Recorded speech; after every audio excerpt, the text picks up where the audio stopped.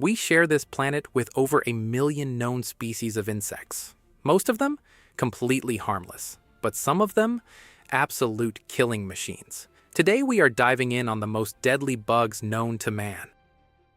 Asian giant hornet. It can grow up to around 2 inches long, with a large orange head, heavy wings, powerful jaws, and a stinger long enough to punch venom deep into the skin. The Japanese giant hornet is native to parts of East Asia, and it has one of the most painful stings in the insect world. And unlike a honeybee, it doesn't lose its stinger after one use. It can sting repeatedly. People who have been stung often describe it as a burning nail being driven into the body, but the pain is only one part of the danger. The venom itself is complex and destructive. The venom contains compounds that can damage tissue, trigger intense inflammation, and put stress on the kidneys.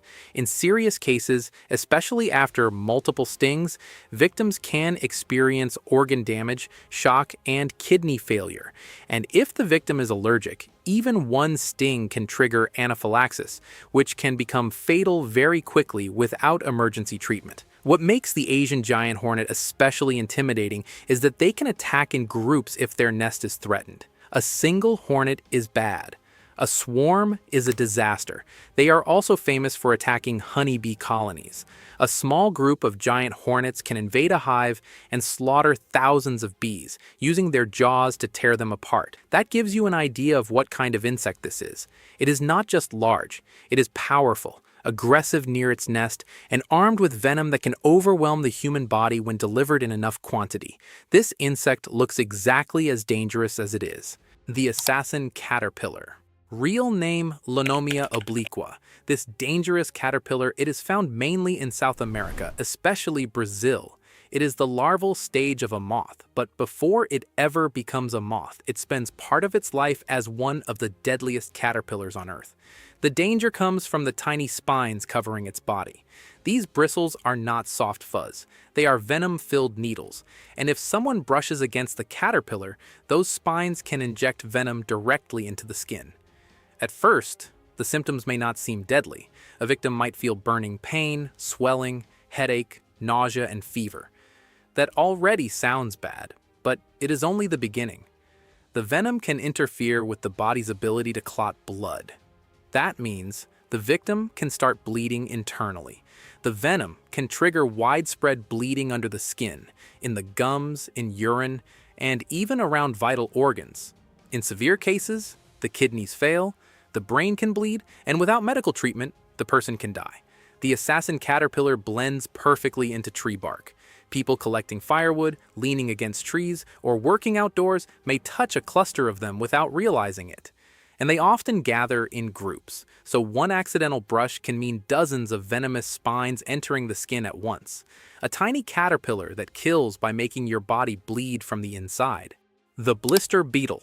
The blister beetle doesn't look like something that belongs in the deadly insect category, and even some species are actually kind of beautiful. They can have shiny black bodies, metallic colors, or bright warning patterns that make them look more like a collector's insect than a threat. But that glossy little beetle is packing a chemical weapon called Cantharidin, an odorless, colorless, and highly irritating substance that causes severe internal inflammation and blistering when ingested.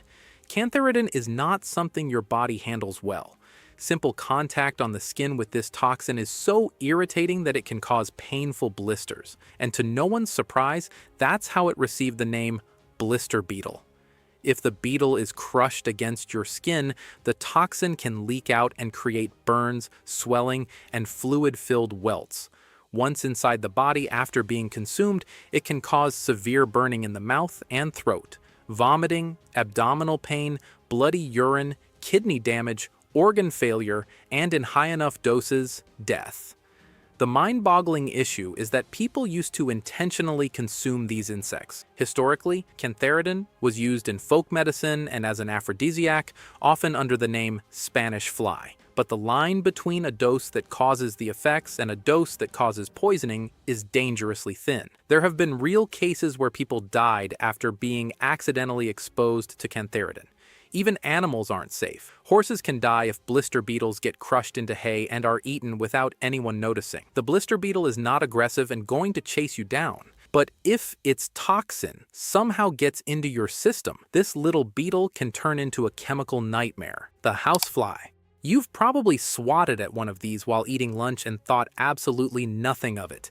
A housefly lands on your sandwich, you wave it away, maybe you get annoyed and then you keep eating. But that tiny little fly has one of the nastiest lifestyles in the insect world. Houseflies don't politely visit clean surfaces. They spend their lives bouncing between garbage, feces, rotting food, dead animals, sewage, and then, somehow, your kitchen counter. And because their bodies are covered in tiny hairs, bacteria and parasites cling to them like Velcro. When a housefly lands on your food, it isn't just standing there. It can be transferring pathogens from its legs, mouth parts, and waste. Flies don't chew like we do. When they land on food, they often vomit digestive fluid onto it to break it down, then suck it back up. So that fly on your burger may be casually dropping bacteria-filled liquid onto your meal before flying away like nothing happened. Houseflies have been linked to dangerous diseases like typhoid fever, cholera, dysentery, E. coli infections, and salmonella. One fly landing on your food probably isn't an instant death sentence. But in areas with poor sanitation, limited medical care, or contaminated water, houseflies can become part of a deadly chain of disease transmission. That's what makes the housefly an underrated killer. They don't sting, they don't bite, they just land, contaminate, and leave. Sometimes that is more than enough. The fire ant. Fire ants are one of those insects that are very common, and many look past their deadly characteristics. You've probably seen their mounds in yards, parks, fields, or sidewalks. Just little reddish ants crawling around in the dirt. But disturb that mound, and the situation instantly changes. Fire ants do not attack one at a time. They swarm. When their colony is threatened, they rush out together, climb onto the skin, latch down with their jaws, and then sting repeatedly. A fire ant doesn't just sting once and be done. It bites to anchor itself, curls its body, and injects venom over and over. The pain is sharp, hot, and burning. Exactly how they got the name fire ant. The sting sites often turn into itchy, painful pustules that can last for days. For most people, fire ant stings are miserable but survivable. But for people with severe allergies, even one sting can become a medical emergency. The body can go into anaphylactic shock, which means the immune system overreacts violently. The throat swells, breathing becomes difficult, blood pressure drops, and the heart struggles. Without fast treatment, a person can collapse and die within minutes. That is why fire ants are so dangerous. They are not rare jungle insects hiding on the other sides of the world. They are in backyards, playgrounds, farms, and parks. All it takes is one wrong step on the wrong mound. The human flea. The flea has no wings, no venom, no impressive size. Nothing about it looks dangerous on the surface. And yet fleas help deliver one of the worst catastrophes in human history. During the Black Death in the 1300s, fleas carrying the bacterium Yersinia pestis became the delivery system for bubonic plague across Europe, Asia, and North Africa. The common understanding is that rats spread the plague, and rats were definitely involved. But the flea was the bridge. It would feed on an infected animal, picking up the bacteria, and then bite a human. The effects after a bite from the tiny pest was devastating beyond any comparison. Swollen lymph nodes, fever, rapid deterioration, and death within days for many victims. Entire towns were wiped out. Families and bloodlines were vanishing in weeks. The death toll across the affected regions reshaped societies in ways that historians are still studying today. People at the time had no idea that a tiny, wingless insect was part of what was driving it. Fleas have also been linked to murine typhus and other bacterial infections. Even though the Black Plague was many centuries ago, it hasn't disappeared from the world. It still exists in wildlife, and human cases still occur. The flea is a perfect example of a catastrophic David versus Goliath analogy. No need to be large, venomous, or aggressive. The flea bites something infected. Then it bites you. That's it, and more than enough to tragically change history. The Tsetse fly. This insect has changed entire regions of Africa because of the disease it spreads. African sleeping sickness. Found in parts of sub-Saharan Africa, the Tsetse fly can transmit a parasite called Trypanosoma brucei. When the fly bites, and yes, I said bite, the parasite enters the bloodstream. At first, the symptoms can seem like a rough infection. Fevers, headaches, joint pain, itching, swollen lymph nodes. But then the parasite can cross into the central nervous system. That is when the disease becomes terrifying. Victims may become confused. Their personality can change. They may struggle to walk, think clearly, or stay awake at normal times. The name sleeping sickness comes from the way it disrupts the body's sleep cycle. People become extremely sleepy during the day and unable to sleep properly at night. As it progresses, seizures, coma, and death can follow. Without treatment, African sleeping sickness is often fatal. Historically, the tsetse fly has affected far more than an individual victim.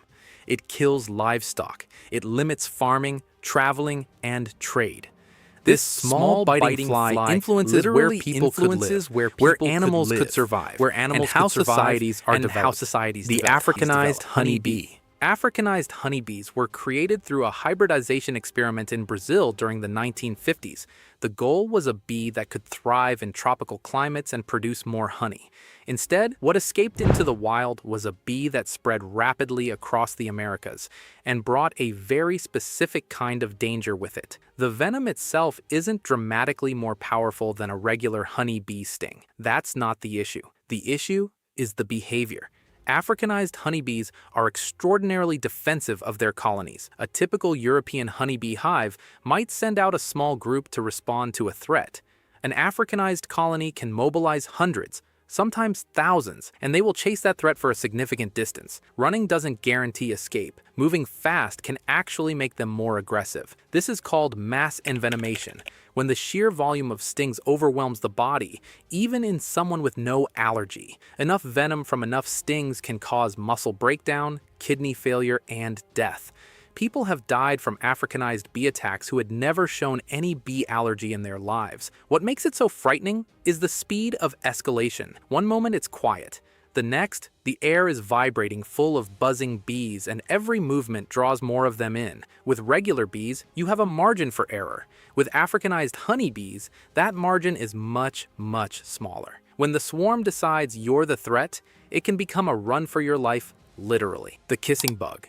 That name is disarmingly gentle for something so sinister. Kissing bugs, also called triatomine bugs, earned their name because of where they tend to bite, around the mouth, lips, or face. They attack while their host is asleep, attracted to the carbon dioxide you exhale. The bite is the least of your concerns. After the kissing bug bites you, it defecates near the bite wound. And that waste can contain a parasite called Trypanosoma cruzi, the cause of Chagas disease. If the sleeping person scratches the bite and rubs the area, or if the contaminated feces gets into broken skin or mucous membranes, the parasite can enter the body. The early symptoms can seem manageable: fever, nausea, diarrhea, vomiting, eyelid swelling. Then those symptoms fade, and the person feels better. The parasite doesn't leave without treatment. It can live in the body for years, sometimes decades, without causing obvious severe symptoms. During that time, it can be slowly damaging the heart and digestive system. Some people eventually develop an irregular heartbeat and enlarged hearts. There are risks of heart failure and sudden cardiac arrest. It's hard to think you got bitten in your sleep. You felt sick for a week or two, then recovered. And years later, the damage shows up from something you most likely never remember. The Anopheles mosquito. Everything on this list has been building up to this. The Anopheles mosquito may be the deadliest animal that has ever existed on Earth. Not the deadliest insect, the deadliest animal, including every predator, every disease host, every large and terrifying creature that has ever shared this planet with us. Not every mosquito carries malaria. That's specific to certain Anopheles species. But when an infected one bites, it injects the Plasmodium parasite into the bloodstream. The parasite travels to the liver, multiplies silently, then floods back into the blood. And that's when it begins destroying red blood cells. Malaria doesn't kill subtly. It comes in waves of fever, chills, drenching sweats, crushing headaches, nausea, and exhaustion. It's been known to cause organ failure, dangerous anemia, seizures, coma, and death. And it hits some people harder than others, most heartbreakingly, young children in sub-Saharan Africa who can be infected again and again before their bodies have had any chance to build resistance. Even with everything humanity has developed, bed nets, insecticides, anti-malarial drugs, vaccines, malaria still kills hundreds of thousands of people every single year. And when you take a look at history, the numbers become almost incomprehensible. There's evidence it has influenced human evolution. Genetic adaptations like sickle cell trait exist partly because they offered some protection against malaria. A creature so small you can kill it with a single clap of your hands has been one of the most powerful forces in the history of our species.